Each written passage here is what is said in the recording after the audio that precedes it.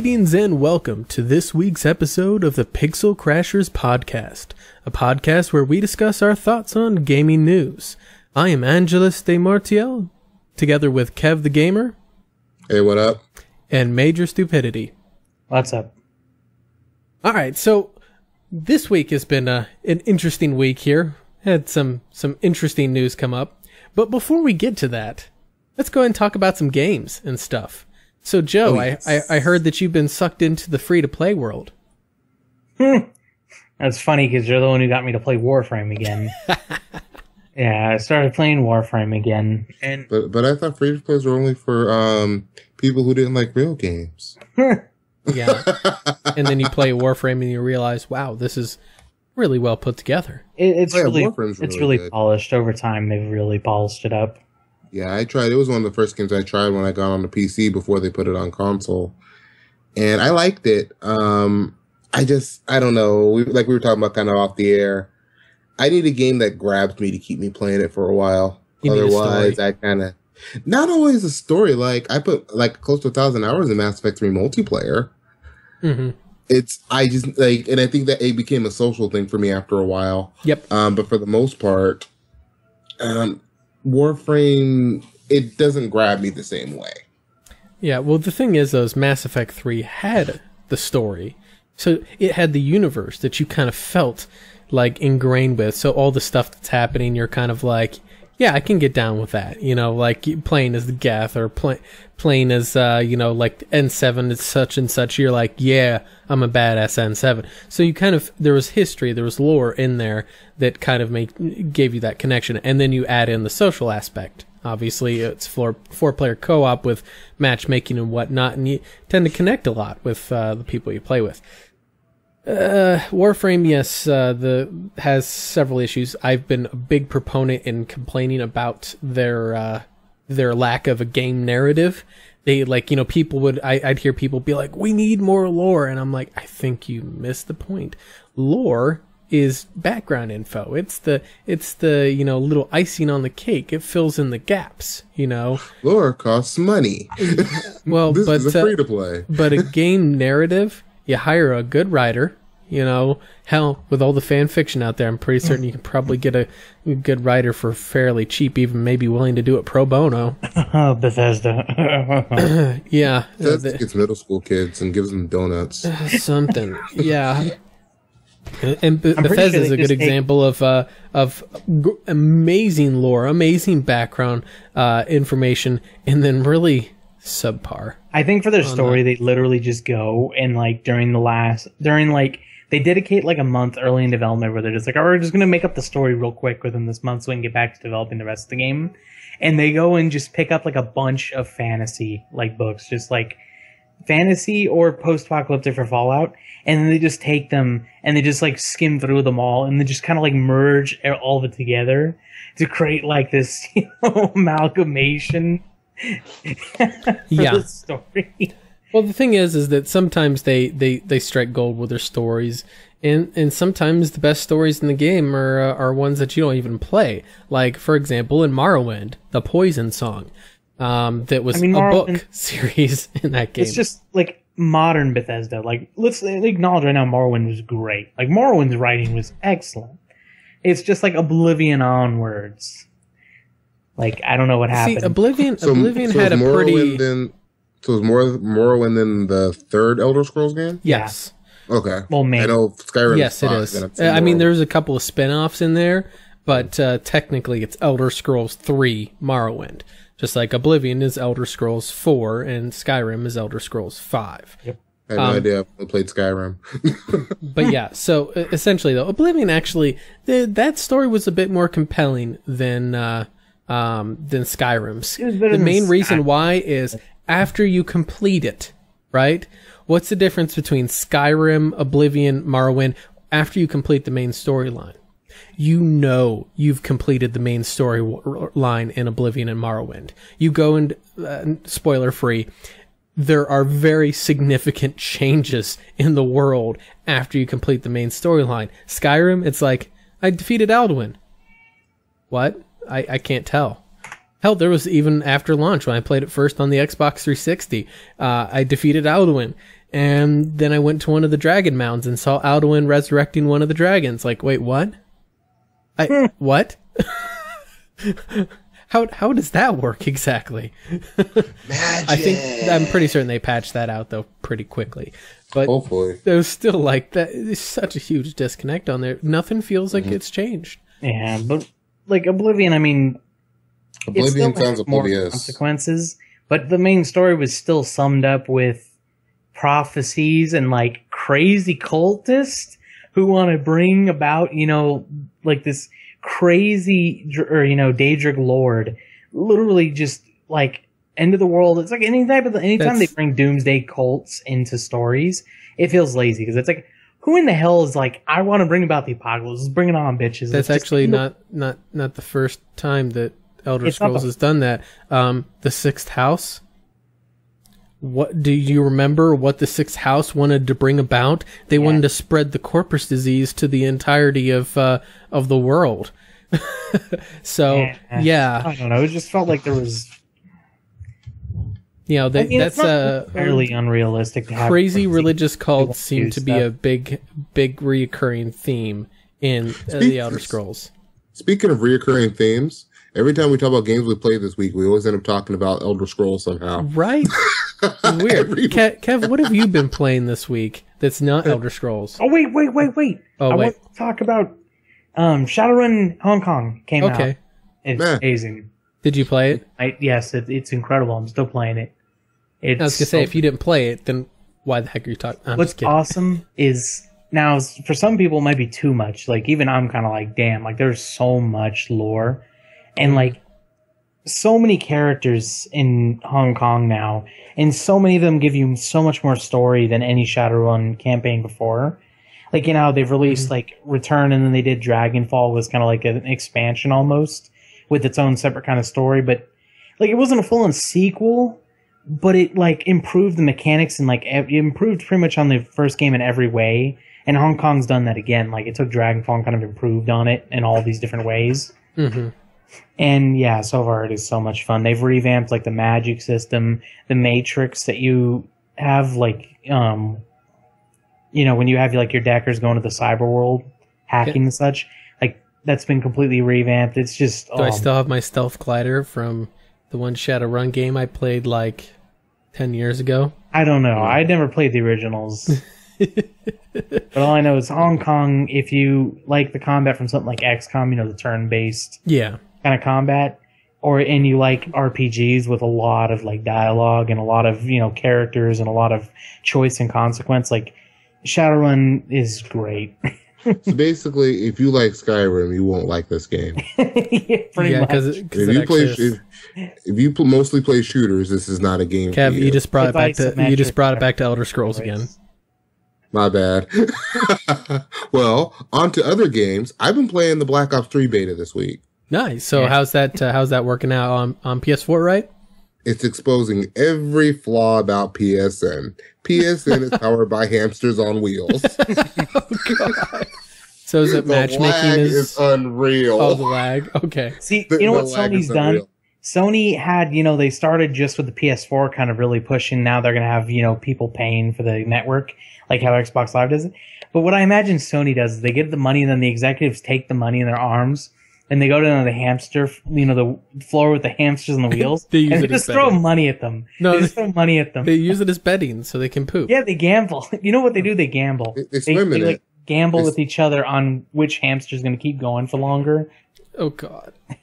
Like, hey, they swim it. They swim in it, Gaben style. They saw what Gaben was doing after all that Steam sale money, and they started backstroking. But at least Sony didn't feel so bad today because Steam went down for like 20 minutes. Yeah, Sony was like, the problem is PSN goes down, it's down for like the day. Yeah, but they were like, finally, it's not just us. Yeah, Steam goes down for like 30 minutes at a time. Mm-hmm. I didn't even notice it. But yeah, so let's actually get into our first story. Speaking of games and stuff, because we occasionally talk about games here. God damn, Okay. I just totally stole the co-optionals line there. I mean, That's hopefully not copyrighted. Sorry, TB. Run with it. So the nVidia GTX 950 was announced, and it was announced with interesting marketing. They have specifically marketed this graphics card towards MOBA players. So how does that fit into the PC gaming world? Before you laugh, Kev, keep in mind that the #1 game in the world is a MOBA. Just don't know. Oh, no, Yeah, the MOBA that's not why I'm laughing at them. I'm laughing at as nVidia has jumped on that. Mm-hmm. Well, I'm laughing because a GTX 650 should be able to max out League of Legends. But or the power, come really close to it. No, here's the thing: is that it's the reason why they advertise it towards it, and this is where it goes: is that yes, it has better overall performance because it's 2 generations newer than the 650. But here's the big thing about it: is super low latency.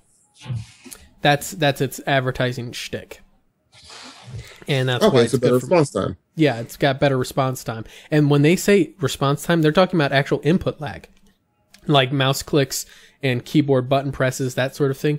They're trying to actually remove obviously there's more complicated functions in that process. You've got the speed of the USB port that the peripherals are plugged in with or wireless. And also on top of that, your, any CPU processes that have to be shoved in there.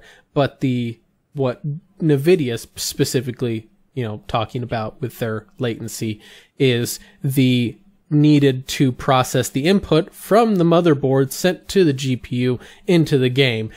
The GPU part, they're trying to make it really low latency. So you still can have latency and input lag, but they're just claiming that the GPU part of it is lower. So just that is a disclaimer. Right. Well, my thing is, I understand what they're doing it. And I think because you hear the other side of the argument, it's the best bang for your buck in the low-end graphics card range. And at first when I saw it, I'm like, $40 to jump up to a 960. Yeah, that was my first thought. I'm like, this seems like a beefed up 750 Ti.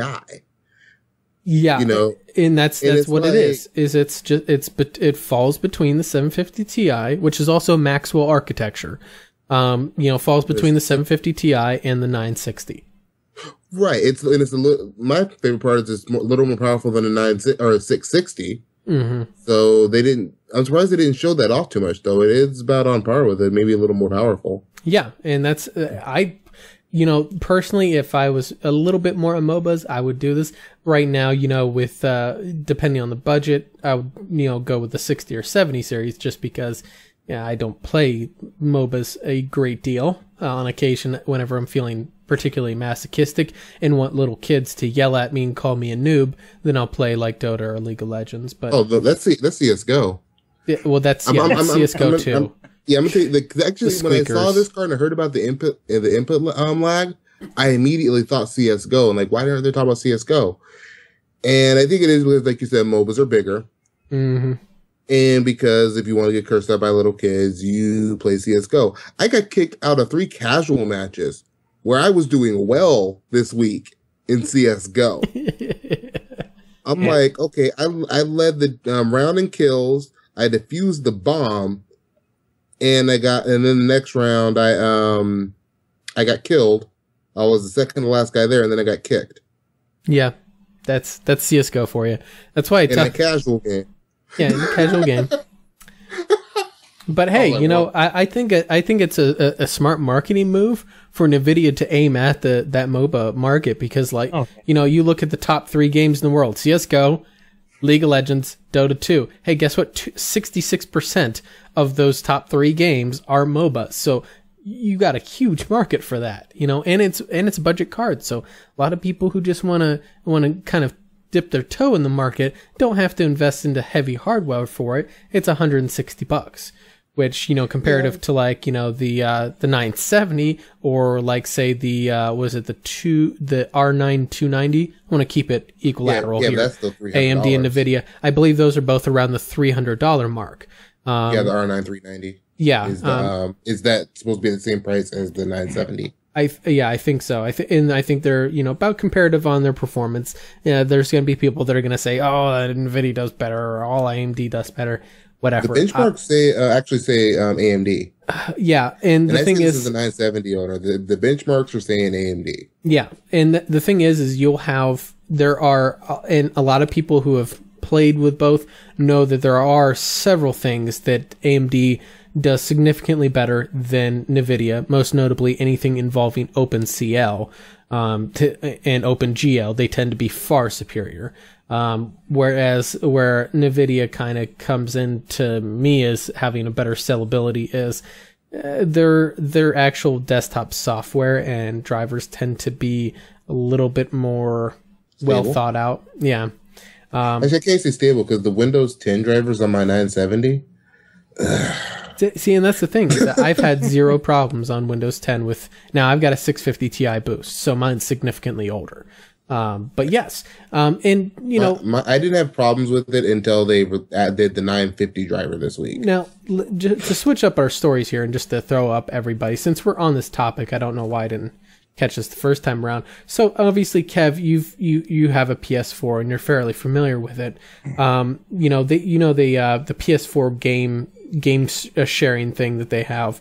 NVIDIA is also going to put that in there with their anything that's a GTX 650 and newer. They're going to add a game sharing or game streaming feature where you can do kind of remote local co-op or let someone else take control of your game essentially that has a GTX. Have you used that on PS4, that the game sharing feature? No, I have not. That's what happens. I'm not into game streaming at all. That's why I don't do PS Now. Hell, people are saying when I was talking to you guys off air, and I've been looking into building a second rig for my living room. When I just want to kick my feet up, or my kids, sometimes they want to play PC games. Just get some games you can play on the controller and just have a boot up in big picture mode. Spend like $300. I can do that. Yeah, well, I don't want to stream games at all. I'd rather have a separate rig than it's just not practical right now. Well, for PS4, it didn't really make much sense, except for, hey, I've got this new game on PS4. You're not sure if you want to buy it, so I essentially let you test drive it, right? Right, and even then, some developers can block it off, like Call of Duty Advanced Warfare. You can't do it. Yeah. But now the thing is with NVIDIA, with PCs, this is interesting because, how many times I've run into a few cases of this, local co-op games, where it's only local co-op, and you're like, that is retarded. That is the stupidest thing I've ever heard of. Where on a PC, where it's only got local co-op, and how many people play, local multiplayer on PC? Almost nobody, because usually it requires you to have a controller and mouse and keyboard. This actually does allow, they actually are advertising as one of the features. The other features, of course, you can actually let someone take over your game and play it for you, which to me, I'm like, yes, because I just want to sit there and watch someone else play my game for me. What? You're going to sit there and eat a taco while they do it? Yeah, I guess. You know what? Honestly, though, you know where that's going to come in? Those games that require a lot of uptime, like Ark, right? Where you're concerned about maybe getting killed when you log off or whatever.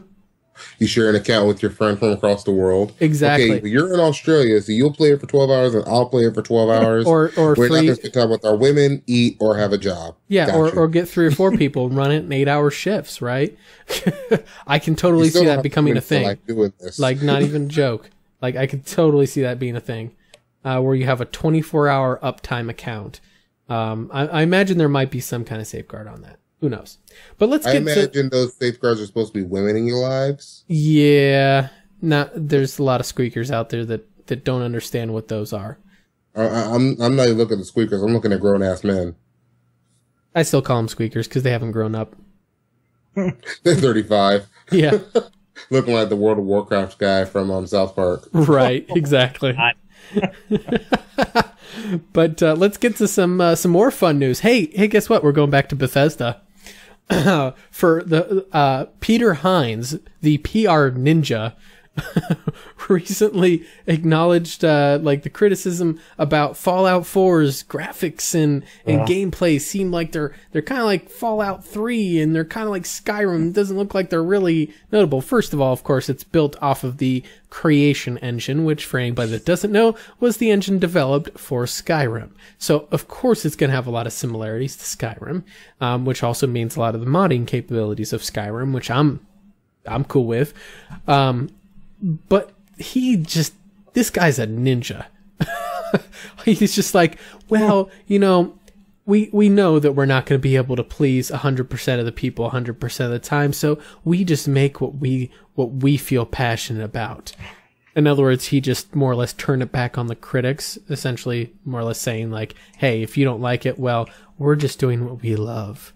And if you don't like that, then you're just mean. We do it for the love, not for your money. Ninja. He also claims that Fallout 4 is going to outsell Skyrim, which is that's a hell of a boast, considering that Skyrim is definitely no slouch when it came to sales. Oh now, yeah, Skyrim did huge my numbers. Question on this is this kind of PR what Bethesda should be aiming for with hyping up Fallout 4? Should they be playing defense like this?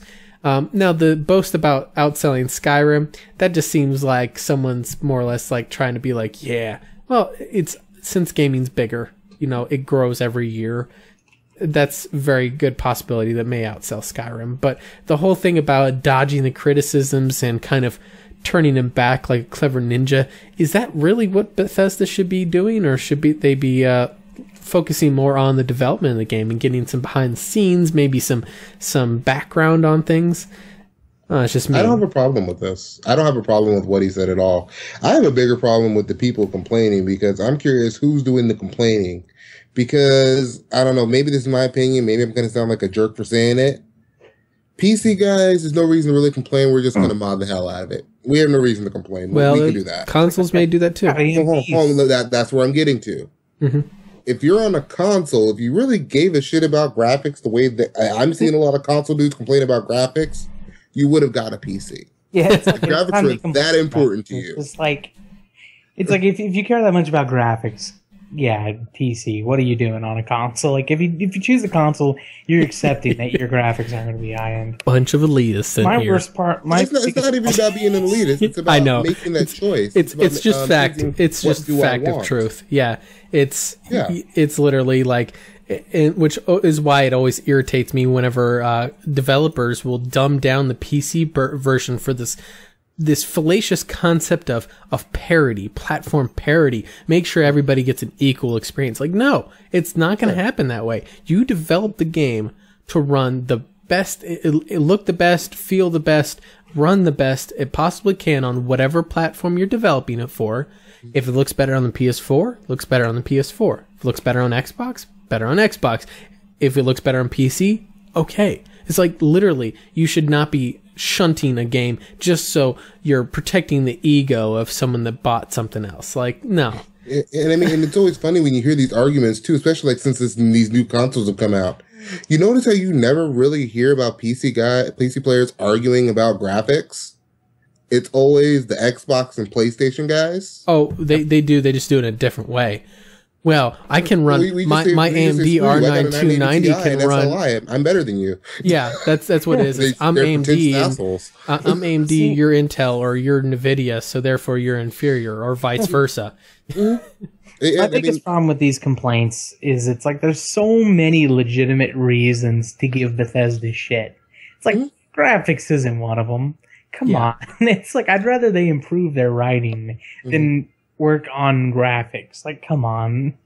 Stop relying on modders to fix your bugs. How about that one? Yeah, that's a big one. Like, I'd rather have that happen. Because I don't think Skyrim is, I still don't think it's playable on PS3. At least that's my understanding. Well, I mean, a lot of people have what's on PS3. What I've termed a lot, and I've heard other people term as revisionist history. Like whenever Arkham Knight came out and it was just a mess, and people were like, "Well, you know, Arkham City was good." No, at launch it was not. Arkham City ran like shit. What didn't it? Oh yeah, when it launched horribly. But I remember TB talking about that in his video. and using the same term, revisionist history. People remember it as it is now. after it's been fixed up, you know. And then in a year, everybody's gonna be like, oh yeah, Arkham Knight ran fine, you know, on PC, because, you know, they're gonna fix all the bugs, they're gonna have the Game of the Year edition, blah blah blah, and then people will forget about it. But I just know I got my Steam refund for Arkham Knight, and it's still in my library. Like, I can play it right now. And I beat Arkham City on Xbox. Oh, I got my money back. It's all good. No, I'm just saying, like, that's kind of weird. Yeah, like, I got the refund for. Are you sure you should be admitting that on stream? I don't care. They can take it. Yeah. I already beat it on Xbox One. I haven't touched it since I got my refund. Yeah, but it's just weird that they do that, but I want to see what the patch looks like afterward. If it's still on my system, you know, I'll give it a test run just to see if it runs better, see how it's really supposed to be. Well, but on topic here, my thing on the Fallout thing is that I personally am not so sure that there's gonna always be critics that criticize the graphics or whatever of a demo, right? That's not. Am I the only one that thinks it looks fine? Yeah, well, the thing is... Oh, yeah, I didn't even think it looked that bad. Yeah, my thing is that I really don't think that Bethesda should have even responded to it. Because it's the whole concept of feeding the trolls. You're always going to have these people that are going to try to say really outlandish things just to get a rise out of you, right? So I kind of feel like that was, to me, they shouldn't have even acknowledged their presence and just focused on, hey, here's what we're offering with this game. Here's some things you can be excited about. Here's a little bit of teaser on the story, but not give too much away. You know, like hype up the game. You know, get sales. Don't could even have been worse. Pay mind. People can see the graphics. We downgraded it because the consoles can't handle it.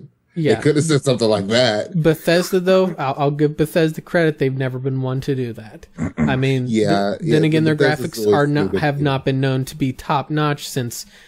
Well, I mean, Morrowind seemed to be well ahead of its time in a lot of respects with its art design, but you know, I don't know. I just think that should really they should really just not even respond to it.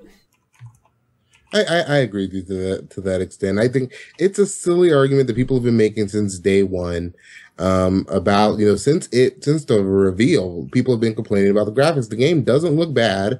I mean, I look at those big black bars we saw in The Order 1886. Oh, God. And I'm like, I'd rather have a game look like Fallout 4 than have that crap. It's like it's cinematic. We put on the 21:9 aspect ratio letterbox, and then we run it at 30 frames. Hey, I've got news for you guys. 24 frames per second is cinematic quality, not 30. Want 60. I will be happy with my 60 frames per second cinematic. Yeah. Thank you very much. I don't even care about frame rate like that. I just want it locked. Yeah, but the 21:9 letterbox 30 frames is cinematic. The funny thing is if I brought out an LG ultra wide monitor, you know, plugged it into the PS4, is it going to remove the letterbox? No, It won't, because it's not actually formatted in 21:9 like it's the cinematic format. No, it's actually formatted in 16:9 with two big ass black bars taking up screen real estate. Because so, the PS4 couldn't handle to have the whole screen escape. Honestly, cinematic is probably one of the lamest excuses now. It's such a lie. Bad. I look at this like even if they were trying to legitimately make it more cinematic, it's like, why do games have to be cinematic? They're not movies. Yeah. Well, I mean, I play like Mass Effect on PC. To me, it feels very cinematic. Well, no. Here's my question: am I going to be playing a video game in a cinema? I don't know. You can turn the lights out. You can get some popcorn. Actually, I would just say that would actually be a pretty fucking awesome experience. But in real life, don't get butter on your mouse. Don't get butter on your mouse. But in real life, unfortunately, I don't have millions of dollars to have my own personal theater.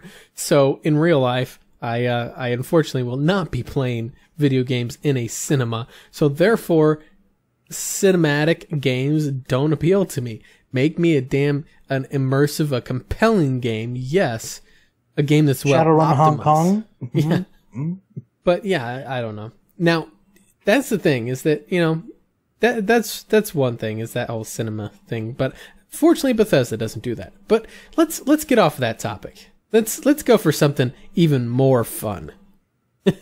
So This week, this wonderful company, Arxan Technology, released a report about, various things in the digital world, but most notably digital piracy. And among the things that they reported on there was that they said that piracy accounts for $71 billion in lost sales.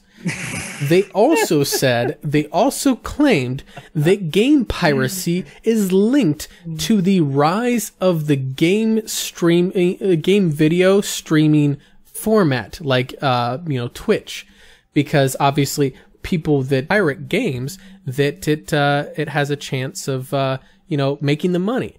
And I'm like, you made two major mistakes here in your lack of research. We'll get to that in a minute. What do you think on that, Kev? Where did they find these numbers? Like every time I hear about these numbers, like Ubisoft, when Ubisoft said 90% of PC players pirate our games. Are you sure? Like where do you have the back? I'm pretty sure that in these offices they just have this big, like, they have like a shrine around it, a random number generator. Oh, I'm pretty sure they do. It's like pull the switch. 90% everybody. All right, go print up the story. Yeah, I'm pretty sure they do. Like 71 billion? What I always find interesting about these numbers and about these stories is that they're so inconsistent and there's no way to really back it up. So here's the thing. This is where they actually got the numbers from. They actually were tracking legitimately confirmed pirated copies of software. And essentially where they are equating this is that, say, software sells this piece of software, and this is a report spread many things and broke it down into like programs and games and, operating systems. Which, by the way, funny note is that, reported Windows software was 9% of the total software. Mac reported was 17% of the total amount. So people pirate more on Macs. What company is this? Arxan, they're a security firm. But so here's where they essentially tracked it, collated, I can't say that word. They consolidated the data of reported pirated copies and essentially... Do you mean Arxan? Yeah. Okay, how you spelled it in the thing was E-N, not A-N. Oh, whoops. That's typo. Anyway, so in any case, it's the... they essentially account for a pirated copy being equal to this amount of money.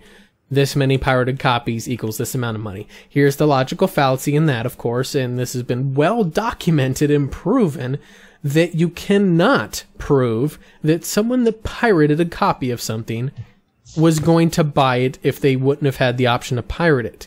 That is a logical fallacy, and these companies love to write these reports because it, makes them money or makes... it promotes them. It makes it look like, there's such a big piracy issue. You better hire them security firms. Well, the thing is that they actually also in this report gave detailed accountings as to how to resolve it in house. So they're not trying to actually get you to spend money on them. They're just giving ammunition to these big companies who probably paid them to consolidate this report, so those companies could cry piracy. The other thing that they report in there was the whole thing about game streaming accounted for the rise of piracy. Once again, there's this famous quote you guys should look at. Those guys really need to look into. Causation does not equal correlation, and vice versa. You cannot claim that one thing causes another thing just because there happens to be two coincidental equating factors. This is funny. Yeah. Their headquarters is in Bethesda, Maryland. Well, it's because Bethesda, there's a lot of stuff in Bethesda. But yes, that is funny. It's still funny. So my question is, too, is that, and I still think Ubisoft is in on this, and this is why I keep picking on Ubisoft. Why is it when Ubisoft in particular, and even the guys like this, when they talk about piracy, they never talk about why people pirate. They never talk about, used game sales really like that. They always say, oh, it's the evil PC guys, yet somebody like GameStop makes a killing on used games. Well, and the developers, publishers still aren't making money on that used copy. To me, it's kind of the same thing if you sell it 5-6 times. A lot of this piracy thing and their insistence on piracy and the phantom threat is because I think it just comes down to big business is seeing change on the horizon. It's seeing their profits a little bit riskier. They're maybe fluctuating, and they just, instead of acknowledging that the market's changing and that they'll have to actually progress instead of hiding with their dinosaur business model, it's much easier to go, look at, there's a target, phantom targets everywhere. Oh, that's everything. That's like video games. Scapegoat everything. Yeah. My question is too, is like, if you've noticed, like on PC, like with PC game sales in particular, since we're talking about piracy, over the last 3 years, game sales have gone up. Yep. Oh yeah. Yeah, and Ubisoft's like, and even Ubisoft said, "Oh, our PC game sales are up." But if you look at it, they refuse to improve Uplay. Yeah. If they improved Uplay, people will probably buy more Ubisoft games. Well, it's like people have been saying it for years. Like the problem we have with Ubisoft games on PC is Uplay because it goes down more than PSN. Well, it's not just that; it's also that their games tend to be horribly optimized for PC. It's like the problem is here's how you're supposed to run a business, right? You're supposed to the biggest thing to a business is reputation. You build a reputation on your merits, what you do well, what your value is. What are you providing to the customer? Why should they buy you? And when you build this reputation, that means people just hear the name and they're like, oh yeah, I know that company. I'm going to buy them. Like Bethesda, for a lot of gamers, they hear Bethesda Softworks and they're like, Elder Scrolls or Fallout. Yep, I know they make good stuff.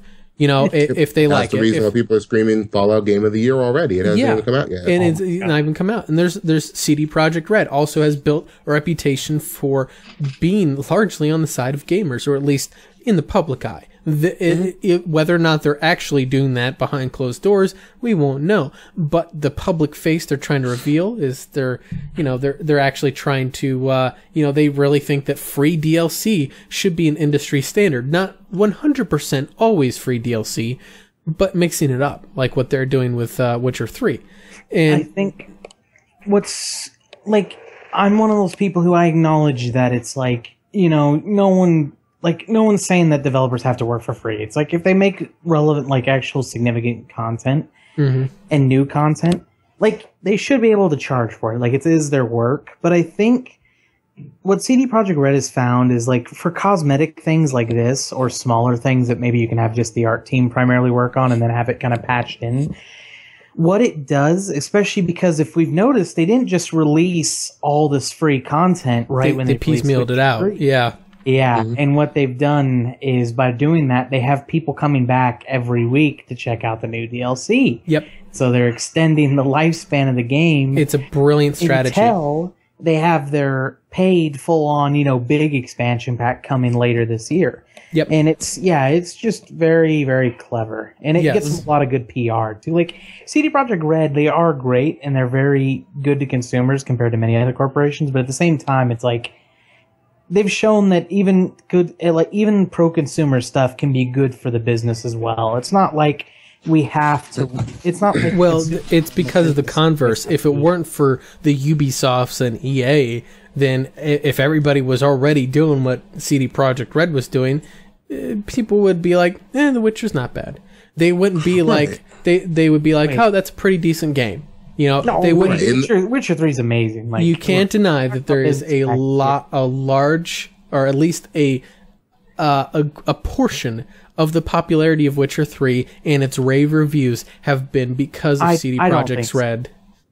Honestly, Witcher 3 is an incredibly well-made game. Yeah, it's a great game anyway. It is. Even their DLC practices, to me, that it's not that they're DLC practices, it's that they're old school. It's a very old school way of looking at things. Skins used to just come in the games. Yeah, when I look at the game, I'm not looking at the company.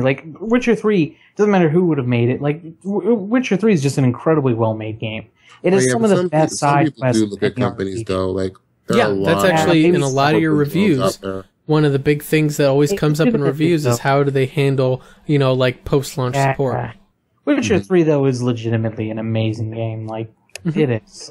Speaking of post-launch support, too, shout out to the guys that make Payday 2, because that support for that game on PC is amazing. I hope that, because I heard on the 360 PS3 the support wasn't that great. I hope that they support the new versions a lot better.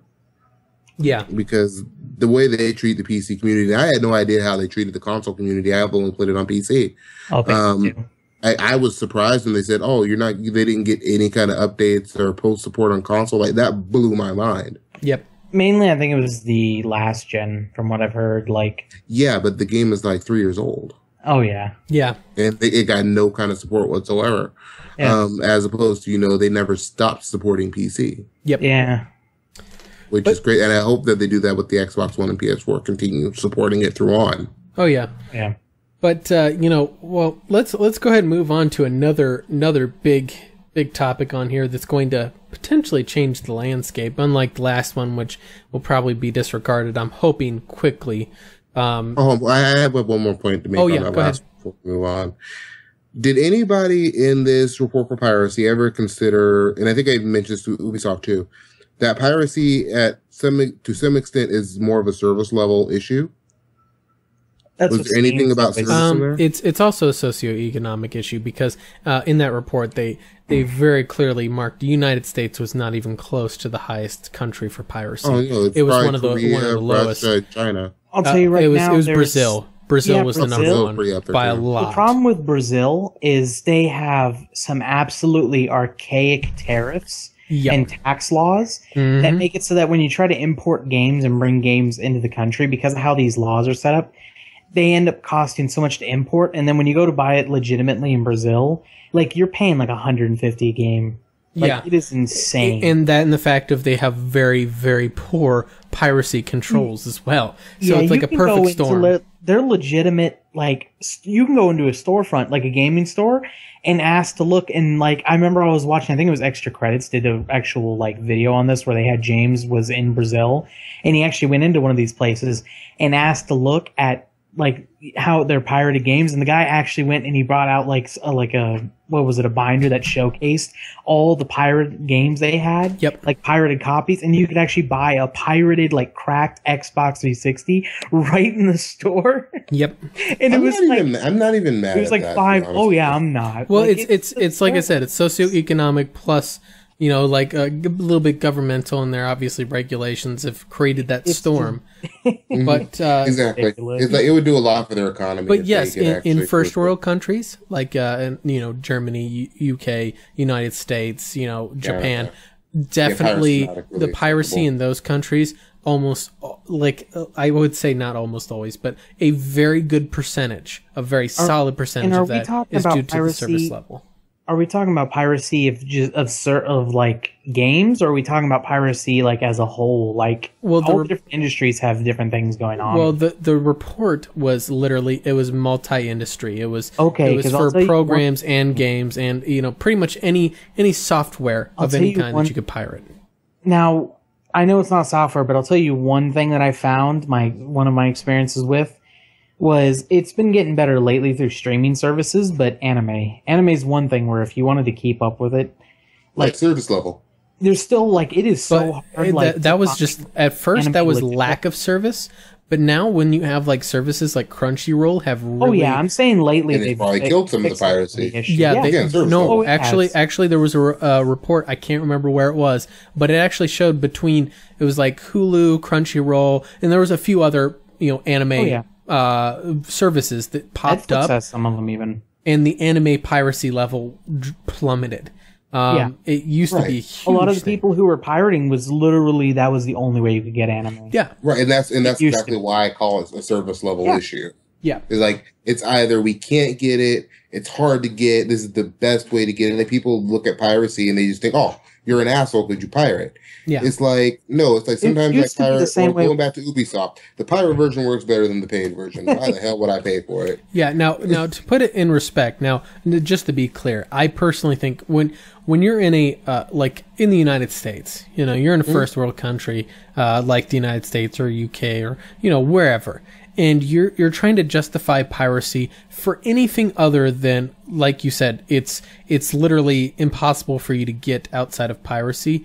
I think that you're pretty despicable person, know, like right, and that I agree with that. That's why I keep bringing up Uplay. I still think it's a complicated issue. Yeah, it is very complicated. It is complex, and that's why, like I said, the example with Uplay. A lot of because with Uplay, if Uplay goes down and it goes down more than PSN, you can't play your game. Exactly. You get kicked out of a single player game. Yeah. If I get this pirated copy, it just works. Mm-hmm. Like, now it's a matter of, that's where I come back again to service level. What benefit am I getting from doing that? I mean, even if I say, okay, I want to support the developer, I'm still better off playing the pirated version. Yep. And that's again, that's the service level thing on there, is that it should not be, hey, blame the consumer entirely. I do think that there are despicable people out there that they're going to be despicable with or without means. It's kind of like, you see, like, you try to say, people involved with Gamergate are all blah, blah, blah, or people anti-Gamergate are all blah, blah, blah. When you bring up that topic, you'll hear a lot of generalizations in there, when in truth, you have trolls that like to leech onto a movement, or leech onto the bandwagon against the movement. You have bad people who are going to be bad people. People love to simplify issues. It saves them from having to think. Well, it saves them from having to come up with complex solutions. Well, yeah, but I'm saying, like, there are going to be despicable people, like, in this, keeping on topic here, in piracy, there's going to be people that pirate things just because... Regardless. Because they're just despicable people. But there's also people that literally, they just want to play this game. And let's say, like, for example, I've heard of piracy issues due to a game being blocked in a certain region. So they pirate, they'll like VPN, and then, which, by the way, as far as I understand it, depending on certain local laws in countries, bypassing a region restriction to access a restricted service. Like, for example, let's say there's a Korean MMO and you're in the United States and you use a VPN service to spoof your location in Korea so you can access it. As far as I understand, that's considered in some areas to be similar to piracy. Because you're essentially bypassing the restriction to the game to access. And the only reason region locks even exist is just pro-business bullshit. Well, or it's just that they don't have the means to support. Like, it could be a small company that can only support the small region. Yeah, there's I mean, there's lots of reasons. That's more like think about Germany. They can't play Wolfenstein games because of all the Nazi business. Yeah, that's a political issue there, but that's right. Yeah. But that's a reason that's not really business related to have a completely blocked out of Germany. Yep, but not all region lock. It's just some of it. That's not very common. Region locking is not very common like that. I'll tell you right now, something like Netflix, for example. I was talking just to Canada just the other day. There's plenty of shows that he has that we don't have, and there's some shows that I have that he doesn't. Yep. Just in Canada, it's like, why? Yep, it just doesn't make any. It's licensing with the movie companies. Yeah, it's. Yeah, but let's go ahead and get moving on to other legal matters. This one's a little bit more of a pro-consumer aspect, instilling some trust in consumers. State of Washington won its lawsuit against Altius Management, which, for people, there was the Altius Management was a Kickstarter, or a management company that had a Kickstarter project for a trading card game that was essentially vaporware. They had a $15,000 goal. They raised $25,000 and then vanished, more or less, just grabbed the money and ran. And they got caught, they got sued, and now between the restitution paid out to the backers and the court fees, they're now having to pay $55,000 back. So it's like, hey, by the way, you're now having to pay back over double what you got. Yeah, it doesn't sound like that went over too well for you. But so this now sets a court precedent on Kickstarters that back out of projects, right, with monies and not offering refunds.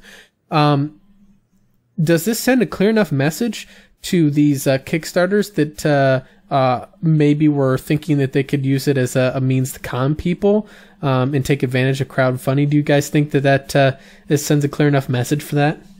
No. I think people are still going to try to get away with crimes because they think they can get away with it. What I like is that this is good for Kickstarter in general, just because it's like, it gives some more consumer confidence, because it's like, if they pull this shit, there is some, there is a way for the consumer to, get justice to kind of fight back against this type of shenanigans. And even if it's just to start, it's like as consumer confidence goes up, you'll see people who may be more willing to invest in a product because they see that, hey, there are maybe some ways, if the whole thing turns out to be bullshit or fades away, you might have a chance to get your money back, or, people are more willing to spend money when they maybe have more confidence that that if something goes on, they can get it back. Now, let me pose this a slightly different way on the other side of the fence. So, Kev obviously doesn't believe that it will deter the unscrupulous types from trying to manipulate people. It's a start. Do you think that this will make legitimate content creators more nervous to try crowdfunding, not because they have intentions of trying to rip people off, but because they're just scared that more lawsuits may pop up, even if they provide the product, maybe someone's not happy with the way the product was provided and attempts to sue them over it. Do you think this will kind of make people a little scared? No, I think this turns out, excuse me, like Killzone Shadowfall, for example. They said it was somebody tried to sue the developers, Guerrilla Games or whatever, because Killzone Shadowfall wasn't 1080p, I think, in multiplayer. It was some kind of like rotating kind of resolution. But that's a little bit different though, right? Because that wasn't crowdfunded. Well, no, what I'm saying is that the customer thought they were paying for one thing, and it's essentially like the crowdfunding situation. And when they tried to sue, they didn't get exactly what they thought they were going to get. Well, and tried to sue over. Well, I think it's going to end up in a situation kind of like that. Yeah, where I see there is a little bit of difference there, because you're talking the difference between consumer law and essentially business law, where investors are involved. Because essentially, when you back a Kickstarter project, you are effectively an investor. You're investing in that product, and therefore you actually, believe it or not, yes, there is consumer law that protects consumers for certain things, like businesses, trying to rip people off and whatever. But there's also investors, investing into a product. There usually is, like in a business world, there's usually some way for them to essentially reprimand their what they're investing into. Like there's some way for them to control it, whereas in crowdfunding there's really not, so they have to resort to the legal system. I'm just concerned, like I said, while do you think maybe they change up contracts, rewrite contracts in a way to hold them accountable? I think developer diaries are so important in the area of when it comes to crowdfunding. Yep. Like I think if you tell people, hey, this is where we're at, I'm saying, and maybe do it like every 90 days. Hey, this is what we've done these 90 days. You don't have to give them every week or every month or anything. Keep people in the loop. Give them, a realistic time. Okay, this is when we think will be done. It's not 100% sure, but this is what we're shooting for. Yeah, and absolutely. I think that's how you keep from pissing people off. And if you don't piss people off, you don't end up in situations like this. Yeah, exactly. And that's largely what I kind of like I said, overall, I think this is very positive. It sets a precedent in the courts for Kickstarters who want to try to scam people, that want to take money and run. But what I'm hoping it doesn't do is there's tons of people, especially in the United States, that are sue happy. They're just looking to make a quick buck off of someone and, hopefully get their money out of somebody for nothing. They just want to be lazy, sue somebody, get their money, and not have to work for it.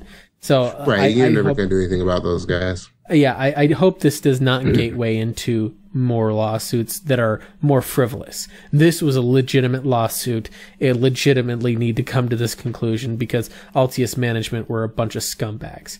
Especially the guy running it was just, to me, I wouldn't have invested in it to begin with. He seemed a little off to me. Like it did not, at first, like looking at some of the concepts of the game, whenever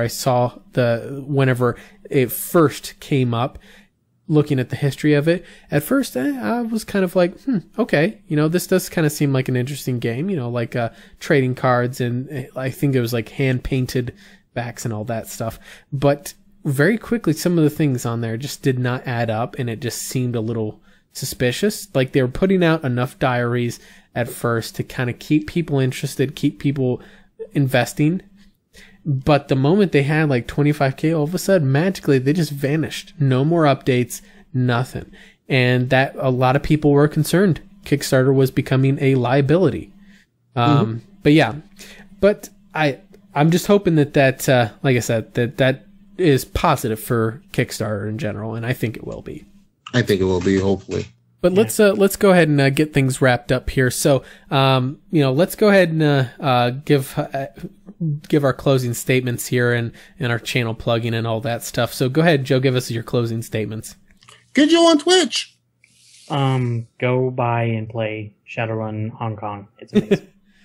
Because Joe's going to stream it on Twitch. Y'all should watch it. Hashtag get Joe on Twitch. Yeah, he's on Twitter. He's starting to modernize. I think he only did that for Linus's contest, though. Yeah, whatever. But so he definitely wants us to play Shadowrun. So go ahead and Kev, give us your closing statements here. All right, everybody knows me, Kev from the official WeGameHere.com. Come check me out. I'm still doing my content. We just started Mass Effect 2 on my channel, so I'm doing a run through of Mass Effect 2. Oh, and yeah, we're going to be playing more games, getting more games going, doing more Let's Plays, doing more gamer discussions. All I'm saying is that Miranda Lawson. That ass though. Right. That's horrible, but yeah.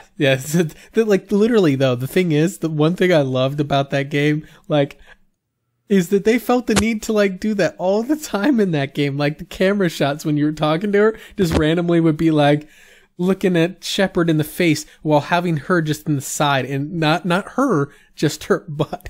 It's like, seriously? Oh, yeah. Are you like saying, hey, look at Miranda's ass? By the way, hey, there's Miranda's ass. It's like, seriously? What is that about? Like, someone's really proud of that. One other thing I want to bring up too, and we were going to bring this up in the show, ran out of time. Smite, Xbox One. It's actually pretty decent if you have an Xbox One. Yeah. It's actually pretty decent. The PC version, I still think is superior. But if you have an Xbox One, you don't have a gaming rig, or even if you don't like mouse and keyboard, check it out. Give it a shot. It's actually a really decent game. I played it on both. I've played it on PC. It is not bad. And I will say, like, for those of you who have been wanting to get into a MOBA, but unfortunately you have an Xbox One, but you didn't want to go out and buy a PC for a MOBA. Or play, there you go. It's free to play. MOBAs. Yeah, it's free to play. They rotate in guys that you can. I believe they do the hero rotation, right? Yeah. Yeah, so they essentially it's free. Just like Heroes of the Storm. I tried Heroes of the Storm this week. It's kind of fun. Yeah, that one's a different type, but that's also it's really watered down though. It's more objective based than combat based. But yes, I would definitely recommend everybody on Xbox One to check out Smite, just because the MOBA market has been needing a console release for a long time. And I really hope this catches on. So at least give it a try. You got nothing to lose on there. See if you like it. If you don't, hey, uninstall it. No harm done. But yeah. Anyway, we'll go ahead and sign off from here. And once again, we'll catch you all next week on the Pixel Crashers podcast.